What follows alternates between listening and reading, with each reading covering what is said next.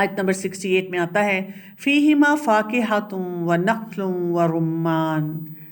اللہ سبحانہ تعالیٰ فرما رہے ہیں ان دونوں میں پھل ہیں اور کھجور کے درخت اور انار بھی ہیں۔ قرآن پاک میں ہم دیکھتے ہیں کہ مختلف مقامات پہ بہت زیادہ پھلوں کا ذکر آتا ہے، کبھی عام پھلوں کا ذکر آتا ہے، کبھی کسی خاص پھل کا ذکر آتا ہے،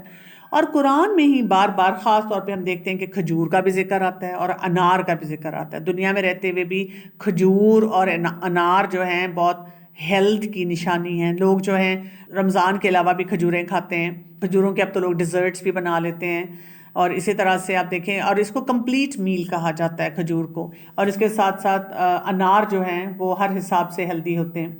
تو یہاں پہ پتہ یہ چلتا ہے کہ بیسیکلی انسان کو یعنی آخرت میں بھی جب وہاں پہ جنت میں جا کر بھی ہیلدی ڈائٹ ملے گی، نیوٹریشن اچھی ملے گی، بیلنسڈ فوڈ ہوگا، نیچرل لائف سٹائل ہوگا، یعنی ڈائیورسٹی آف نیوٹرینٹس ہوگی، جبکہ اللہ سبحانہ تعالیٰ فرماتے ہیں کہ جنت میں جو تم چاہو گے تمہیں مل جائے گا، لیکن پھر یہ نہیں ذکر کیا گیا کہ وہاں یہ فوڈ چین موجود ہوگی، اور یہ والے جو جنک والے نوڈلز ہیں تم کھاؤ گے تو تمہیں وہاں پہ بہت مزہ آئے گا، کوئی تمہیں بیماری نہیں ہوگی، طرح طرح کے جو پکوان بنا بنا کے کھانا۔ وہاں پہ آپ دیکھیں گے نیچرل فوڈز کا ذکر آتا ہے، نیچرل فوڈ کی زیادہ بات کی جاتی ہے۔ تو اب قرآن کا یہ جو کانسیپٹ ہے جو ہمیں قرآن میں ملتا ہے، اور اسی طرح جنت کے بارے میں ملتا ہے، یہاں رہنے کے بارے میں ملتا ہے، تو whole food, natural food, seasonal balance, وہ بہت امپورٹنٹ ہے۔ تو بات یہ رکھنی ہے یاد کہ ہماری جو صحت ہوتی ہے نا وہ نیچر کے ساتھ الائنڈ ہے، اور جب آپ نیچر کے ساتھ اپنی صحت کو مینج کر کے آگے چلتے ہیں تو آگے والے بھی جو سسٹمز ہیں نا وہ اسی طرح کے ہیں۔ یعنی دنیا جہان کے لیے آپ کو پتہ یہ کہا جاتا ہے کہ اگر آپ جنک فوڈ زیادہ کھاتے ہیں تو اس سے آپ کی مینٹل ہیلتھ خراب ہوتی ہے، آپ کا ایموشنل ٹرموائل جو ہے وہ بڑھ جاتا ہے۔ اس پہ باقاعدہ ریسرچز خاص طور پہ یوتھ کے ساتھ بہت ساری ہوئی ہوئی ہیں کہ انہوں نے دیکھا ہے کہ وہ والا یوتھ جو بہت زیادہ جنک کھاتا ہے تو ان کے پھر یہ اسٹریس اور ڈپریشن ان کے معاملات بہت زیادہ ہوتے ہیں۔ اسی لیے آپ دیکھیں گے کہ بہت دفعہ ہم پریشان ہی رہتے ہیں کہ بھی ہم تو اپنے بچوں کو ہر طرح کا پروٹوکول دے رہے ہیں، ہر بات ان کی مان رہے ہیں، پھر بھی ان کی کمپلینس نہیں ختم ہو رہی، کیونکہ وہ جس ماحول میں رہ رہے ہیں نا وہ بہت ان نیچرل ہے۔ تو ان نیچرل ماحول جو ہے وہ آپ کے اندر بھی سکون نہیں پیدا ہونے دیتا بلکہ ان ریسٹ لے آتا ہے۔ ہاں ظاہر ہے والدین کو اپنی تربیت کے جو عوامل ہیں ان کی طرف نظر رکھنی ہے، لیکن اس کے ساتھ ساتھ ان باتوں کو سیکھنا اور دیکھنا بھی بہت زیادہ ضروری ہے۔ اور اس کے بعد پھر ہمارے لیے ریمائنڈر آ رہا ہے آیت نمبر 69 میں فَبِأَيِّ آلَاءِ رَبِّكُمَا تُكَذِّبَانِ، تو کون سی نعمتوں کو اپنے رب کی تم دونوں جھٹلاؤ گے۔ اور ہم یہی کہتے ہیں لا بِشَيْءٍ مِّن نِّعْمِكَ رَبَّنَا نُكَذِّبُ فَلَكَ الْحَمْدُ، ہم اپنے رب کی کسی بھی نعمت کو نہیں جھٹلاتے اور تمام تعریف ہمارے رب کے ہی لیے ہے۔ پھر اس کے بعد آپ دیکھیں جب آرام کی بات ہو گئی، جگہ ہم نے دیکھ لی، اور خوب باقی انجوائمنٹ ساری چیزوں کی طرف جو ہے ہمارا دھیان ہو گیا۔ اب اس کے بعد آیت نمبر 70 میں ایک وہاں پہ جو ایک کمپینین شپ نیڈ، جیسے میزلوز ٹرائیڈ میں بھی بتایا جاتا ہے کہ جب آپ کو سب کچھ ملتا ہے تو آپ کہتے ہیں ہائے کوئی تو ساتھ ہوتا، اور کسی کا ساتھ ہی چاہیے ہوتا ہے۔ تو یہاں پہ پھر کہا گیا ہے فیہن خیرات حسان، اور ان میں نیک عورتیں ہیں جو کہ بہت خوبصورت ہیں۔ تو یہاں پہ کس کی بات کی جا رہی ہے کہ انسانوں کی ایک ضرورت صرف یہی نہیں ہے بس کھانا پینا اور پھر جانوروں کی طرح زندگی گزارے اپنی خواہشات کے مطابق۔ انسانوں کی ضرورت اخلاق کی ہے، انسانوں کی ضرورت ایموشنل سیفٹی کی ہے، فزیکل سیفٹی کی ہے، اور ساتھ ساتھ اللہ تعالیٰ نے انسان کے اندر ایک ایستھیٹک سینس بھی رکھی ہے کہ ہمیں خوبصورتی جو ہے اچھی لگتی ہے۔ ہاں ہم یہ کہتے ہیں کہ خوبصورتی تو جو ہے نا in the eyes of beholder, ہر انسان کا ایک خوبصورتی کا اپنا کرائیٹیرین ہو سکتا ہے، لیکن جو ماڈرن زندگی ہمیں ملی ہوئی ہے وہ ہمیں وہ نزاکت نہیں سکھاتی، فضول کی اسٹیمولیشن ہمیں دیتی رہتی ہے، اور جو بھی پروڈکٹیوٹی ہے وہ اخلاق کے سٹینڈرڈ کے بغیر ہے، جس کی وجہ سے بھی ہم نے اپنی صحت کو بہت خراب کیا ہوا ہے۔ ہم اندر سے بے سکونی کے ساتھ رہتے ہیں، انزائٹی ہمیں بہت زیادہ ہے، ایمٹینس ہے، خلا سا محسوس ہوتا ہے، ڈس سیٹسفائیڈ ہیں، کسی چیز سے ہم خوش نہیں ہوتے، راضی نہیں ہوتے۔ جبکہ جیسی آپ دین کے مطابق زندگی گزارنے کی کوشش کرتے ہیں تو آپ دیکھیں کہ یہ ہمیں بتاتی ہیں کہ دیکھیں وہاں پہ یہ بھی تو ہو سکتا تھا کہ وہاں پہ بس عورتیں ہوں گی تمہارے لیے، یہ نہیں کہا گیا، خیرات حسان، نیک ہوں گی، خوبصورت بھی ہوں گی، یعنی ایکسٹرنل بیوٹی بھی ہوگی اور انٹرنل بیوٹی بھی ہوگی۔ آپ یاد دیکھیں دنیا میں رہتے ہوئے ہم صرف ایکسٹرنل بیوٹی پہ جاتے ہیں، گھر بھی بڑے بڑے ہم نے بنا لیے ہیں، لیکن اندر رہنے والے لوگ جو ہیں ایک دوسرے کو مار پیٹ بھی کرتے ہیں، گالی گلوچ بھی کرتے ہیں اور اچھی طرح نہیں رہتے۔ اسی طرح دلہن کی ایکسٹرنل خوبصورتی پہ اتنا فوکس کیا جاتا ہے کہ لڑکی ایسی ہو ایسی ہو، کتنی لمبی چیک لسٹ دی جاتی ہے، لیکن یہ نہیں دیکھا جاتا بعد میں وہ جو انٹرنل خوبصورتی ہے انہی باتوں پہ پھر ہم اب غصے میں بھی آ رہے ہوتے ہیں، پریشان بھی ہو رہے ہوتے ہیں، اور ہمیں کئی باتیں جو ہیں وہ اچھی نہیں لگ رہی ہوتی، اور ایموشنل نرشمنٹ ہوتی ہے اس کی طرف ہماری توجہ نہیں ہوتی، جو ہمارا دین ہمیں بہت اچھی طرح سے بار بار سکھاتا ہے۔ آیت نمبر 71 میں دوبارہ سے ہمیں ریمائنڈر مل رہا ہے، فَبِأَيِّ آلَاءِ رَبِّكُمَا تُكَذِّبَانِ، تو کون سی نعمتوں کو اپنے رب کی تم دونوں جھٹلاؤ گے، لَا بِشَيْءٍ مِّن نِّعْمِكَ رَبَّنَا نُكَذِّبُ فَلَكَ الْحَمْدُ، ہم اپنے رب کی کسی بھی نعمت کو نہیں جھٹلاتے اور تمام تعریفیں ہمارے رب ہی کے لیے ہیں۔ پھر آیت نمبر 72 میں اس کی مزید وضاحت آ رہی ہے، حور مقصورات فی الخیام، حوریں ٹھہرائی ہوئی خیموں میں۔ سبحان اللہ، حور جو ہے نا وہ خوبصورت عورت جو ہوتی ہے نا اس کو کہتے ہیں۔ اس میں ہمیں کانسیپٹ کو سمجھنا ہے کہ جو خوبصورت ہے، جو ینگ ہے، اور یہاں پہ اب آپ دیکھیں کہ ان کے آئیز پہ بہت زیادہ ہمیں قرآن میں ہم جب بات کرتے ہیں تو ان کے فوکس نظر آتا ہے، اور پھر یہ کہ ان کو ٹھہرایا گیا ہے کہاں؟ خیموں میں، پیویلینز ہیں ان کے جہاں پہ وہ ٹھہری ہوئی ہیں۔ یہ نہیں ہے کہ وہ کوئی کیٹ واک کر رہی ہیں کہیں، وہ مارکیٹ پلیسز میں گھوم پھر رہی ہیں۔ تو خوبصورت عورت جو ہے وہاں پہ اس کی شان جس طرح بیان کی جا رہی ہے وہ وہی ہے جو دنیا میں ایک عورت سے ایکسپیکٹ کیا جاتا ہے، کہ وہ شرم و حیا والی ہو، وہ نیک ہو، وہ اپنے آپ کو مینٹین کرنا جانتی ہو، لیکن اس مینٹین کرنے میں وہ کوئی پارٹی لائف کے پیچھے نہ جائے، وہ اپنے آپ کو کوئی ایسا ایکسپوجر نہ دے جو درست نہیں ہے، وہ انسٹا پہ اپنی ایسی پکچرز نہ لگائے، بلکہ وہ اپنے گھر میں اپنے ڈومین میں رہتے ہوئے اپنی ایک ڈیسنسی کے ساتھ اپنی خوبصورتی کو لے کے چلیں۔ رسول اللہ صلی اللہ علیہ وسلم نے ایک حدیث میں فرمایا کہ جنت میں مومن عورتوں کے لیے ایک کھوکھلے موتی کا بنا ہوا خیمہ ہے جس کی لمبائی 60 میل ہے، اور اس کے ہر گوشے میں جب مومن کے لیے ایسے اہل ہیں کہ جن میں وہ چکر لگائے گا اور وہ ایک دوسرے کو نہیں دیکھیں گے۔ یعنی دیکھیں کتنی خوبصورت وہاں پہ ڈسکرپشن دی جا رہی ہے کہ وہاں کے جو گھر ہوں گے، وہاں کی جو پیویلین ہوگی، وہاں پہ کیسے کوئی رہے گا۔ تو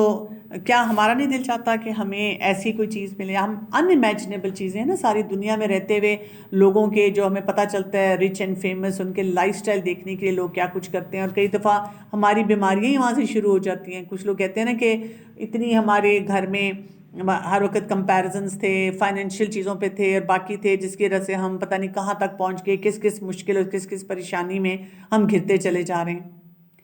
تو یہاں پہ بیسیکلی بتایا ہی جاتا ہے کہ ایک عورت جو ہوتی ہے یا کوئی بھی ایک انسان ہوتا ہے، اللہ تعالیٰ نے ایک انسان کو جو بنایا ان کے نیچر میں پروٹیکشن، پیورٹی اور باؤنڈریز رکھی ہوئی ہیں۔ اگر ہم کلینکلی دیکھیں کہ اچھا اس سے ہم ہیلتھ کے حساب سے کیا سیکھ سکتے ہیں، کہ جب انسان کی کوئی باؤنڈری نہیں ہوتی نا تو وہ جذباتی طور پہ بہت جلدی ایگزاسٹ ہو جاتا ہے، اس کا برن آؤٹ ہو جاتا ہے، اس کے ریلیشن شپس بہت ٹاکسک ہونا شروع ہو جاتے ہیں، اس کو کرونک سٹریس شروع ہو جاتا ہے۔ تو جیسے جیسے انسان اپنی اس پروٹیکشن کو لیتا ہے، فزیکل اپنی پروٹیکشن بھی لیتا ہے، ایموشنل پروٹیکشن بھی لیتا ہے، تو انسان حیا کے دائرے میں آ جاتا ہے، اس کی باؤنڈری سیٹنگ صحیح ہو جاتی ہے، اور اس کی خود بخود ڈگنیٹی اس کو ملنا شروع ہو جاتی ہے۔ کل میری اپنی بچیوں سے بات ہو رہی تھی، ہم لوگ پڑھ رہے تھے قرآن کی کچھ آیات، تو ہم اس پہ ڈسکشن کر رہے تھے، تو میں ان کو یہ بتا رہی تھی کہ اکثر اوقات خواتین کے اوپر یہ اعتراض ہوتا ہے نا کہ آج کل کی بچیاں تو بہت باغی ہو گئی ہیں اور فیمنزم کی طرف جا رہی ہیں اور کہ مرد کو کچھ سمجھتی نہیں ہیں۔ تو بیسیکلی دیکھیں کہ عورت جو ہے نا، میں ان کو یہ سمجھا رہی تھی کہ اللہ تعالیٰ نے عورت کو بائی نیچر ایسا بنایا کہ وہ حیادار بھی رہنا چاہتی ہے، وہ اپنی باؤنڈری میں بھی رہنا چاہتی ہے، وہ تو ڈگنیٹی کے ساتھ، عزت کے ساتھ رہنا چاہتی ہے۔ وہ چاہتی ہے کہ میں گھر میں ہی رہوں اور میرا ہی شوہر میرا خیال رکھے، اور مجھے کوئی ایسی ذمہ داریاں نہ اٹھانی پڑیں جو اللہ تعالیٰ نے مرد کی ڈومین میں رکھی ہیں۔ پرابلم یہ ہے کہ مردوں نے اپنا وہ رول چھوڑ دیا ہے، اور ظاہر ہے اس میں خواتین کا بھی ہاتھ ہے۔ جیسے ایک ماں نے اپنے بیٹے کو نہیں سکھایا، اپنی بیٹی کو سکھایا ہے کہ اس نے کیا کچھ کرنا ہے۔ بہت سے کیسز جو میرے پاس آتے ہیں جس میں دیکھنے میں لگ رہا ہوتا ہے کہ عورت بہت باغی ہے، عورت زیادتی کر رہی ہے، یہ کر رہی ہے، وہ کر رہی ہے، اس لیے کہ وہ مرد اپنا رول نہیں پورا کر رہا ہوتا۔ تو اگر ہم اپنے مردوں کو اس صحیح رول پہ لے کر آئیں، ایک بیوی بھی یہ کام کر سکتی ہے اسمارٹلی، ایک ماں کو کرنے کی بہت زیادہ ضرورت ہے، ایک بہن کو کرنا ہے یعنی ہم نے ہر ڈومین میں کرنا ہے نا. کتنے گھروں میں ایسے ہی ہے کہ بہنیں جو ہیں وہ جا جا کے اور جابس بھی کر رہی ہیں کہ جی گھر چلانا ہے, لیکن جو بھائی ہیں وہ نکمے طریقے سے گھر میں بیٹھے ہوئے ہیں کہ وہ تو جی ہم تو نہیں کام کر سکتے, بلو ڈگنیٹی ہے ہمارے لیے کہ یہ والا کام ہم کریں, ہم اتنے پڑھے لکھے ہیں یا ہمیں یہ کچھ آتا ہے. یہ ساری چیزیں بہت زیادہ امپیکٹ جو ہیں ڈالتی ہیں. ورس نمبر 73 میں آ رہا ہے فَبِأَيِّ آلَاءِ رَبِّكُمَا تُكَذِّبَانِ, تو کون سی نعمتوں کو اپنے رب کی تم جھٹلاؤ گے. لا بِشَيْءٍ مِّن نِّعْمِكَ رَبَّنَا نُكَذِّبُ فَلَكَ الْحَمْدُ, ہم اپنے رب کی کسی بھی نعمت کو نہیں جھٹلاتے اور تمام تعریف ہمارے رب ہی کے لیے ہے. ورس نمبر 74 کو دیکھیں. لم یطمثہن انس قبلہم ولا جان, نہیں چھوا انہیں کسی انسان نے اس سے پہلے اور نہ ہی کسی جن نے. یہاں پہ اب دیکھیں مزید ان خواتین کی خوبصورتی کی بات آ رہی ہے کہ ایک ایسی عورت کی کیا ورتھ ہے کہ she is not available for anyone, وہ ہر ایک کے لیے بچ کے نہیں جا رہی ہے, جو کہ دنیا میں ہمارے لیے اس وقت بہت بڑا مسئلہ بنا ہوا ہے. اور اسی لیے پھر ساتھ کہا گیا فَبِأَيِّ آلَاءِ رَبِّكُمَا تُكَذِّبَانِ, تو کون سی نعمتوں کو اپنے رب کی تم دونوں جھٹلاؤ گے. لا بِشَيْءٍ مِّن نِّعْمِكَ رَبَّنَا نُكَذِّبُ فَلَكَ الْحَمْدُ, ہم اپنے رب کی کسی بھی نعمت کو نہیں جھٹلاتے اور تمام تعریف ہمارے رب ہی کے لیے ہے. ورس نمبر 76 میں مزید ڈسکرپشن کیا آ رہی ہے. متکئین علی رفرف, تکیے لگائے ہوئے ہوں گے قالینوں پر, سبز اور نادر خوبصورت. یعنی اب ان کی نا پوری وہ ڈسکرپشن یہ دی جا رہی ہے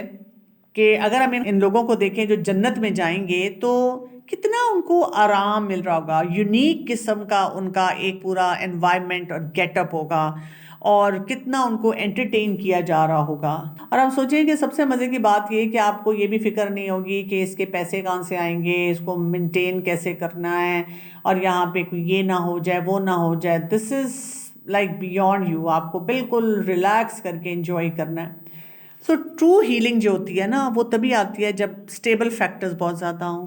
کانسٹنٹ اسٹرگل اگر آپ کی رہتی ہے اور آپ کانسٹنٹ سروائیول موڈ میں رہتے ہیں تو پھر آپ کی ہیلنگ نہیں ہوتی. اب کچھ لوگ کہہ سکتے ہیں کہ جی میری تو زندگی ایسی ہے, مثلا میرے تو شوہر ہی ایسے ہیں, یا میرے بچے ہی ایسے ہیں, یا میرے والدین ایسے ہیں, یا میرے گھر میں کوئی بھی ایک ایسا فرد ہے جو مجھے ہر وقت کرائسس میں رکھتا ہے, ہم ہر وقت سروائیول موڈ میں ہیں. تو اس کا مطلب ہے وہاں پہ جو کرنے والے کام ہیں نا وہ آپ پورے نہیں کر رہے.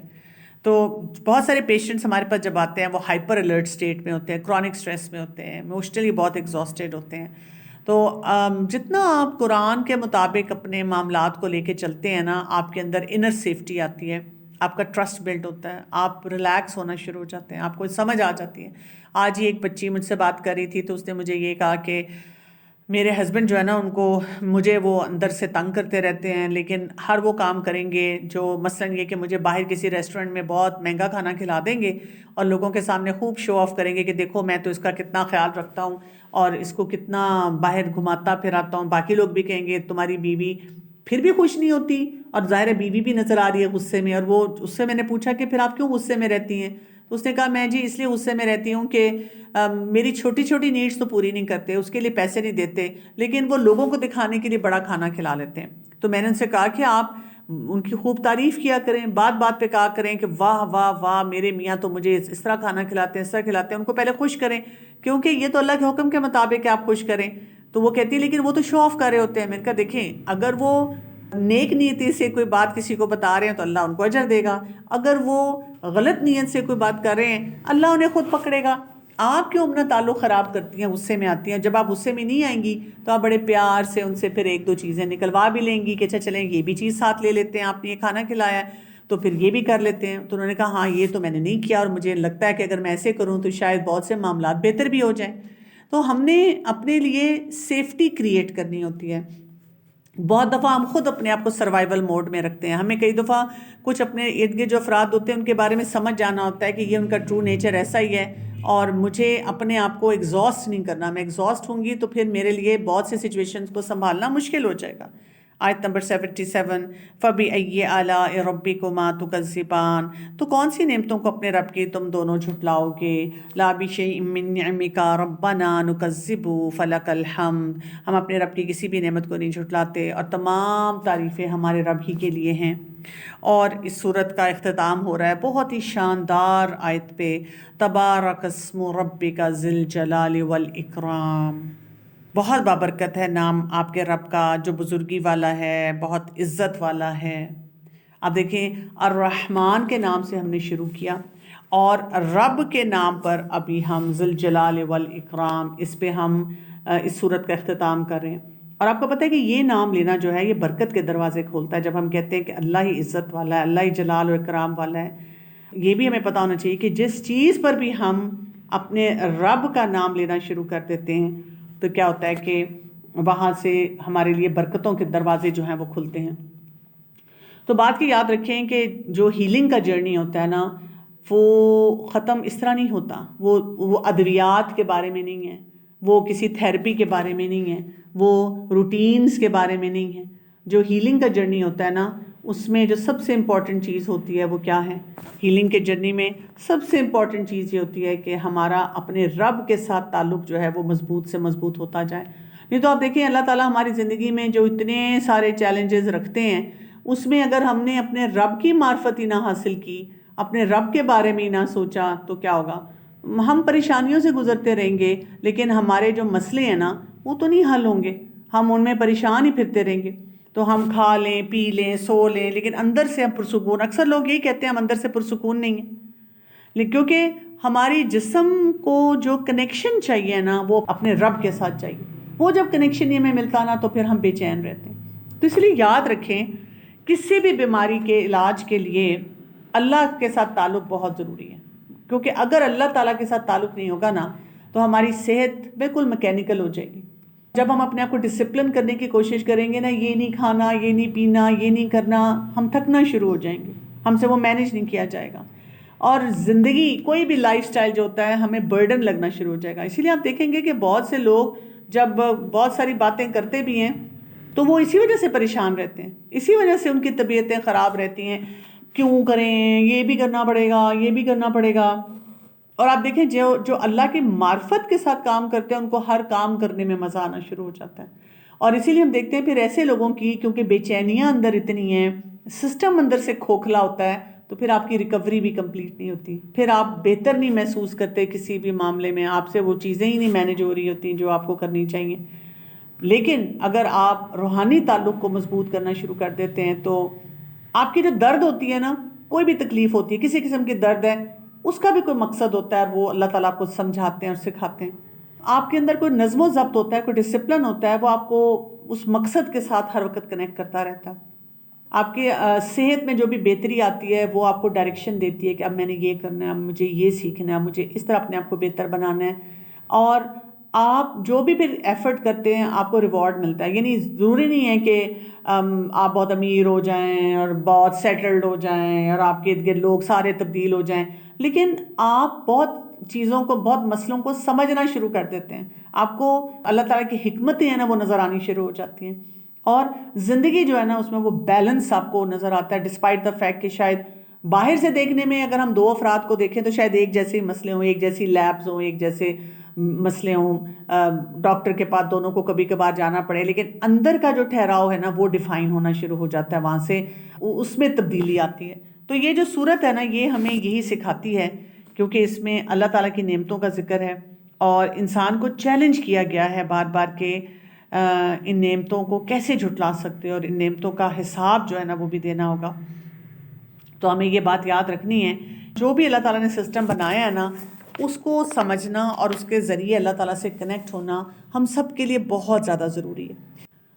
سبحانک اللہم و بحمدک، اشہد لا الہ الا انت، استغفرک و اتوب الیک۔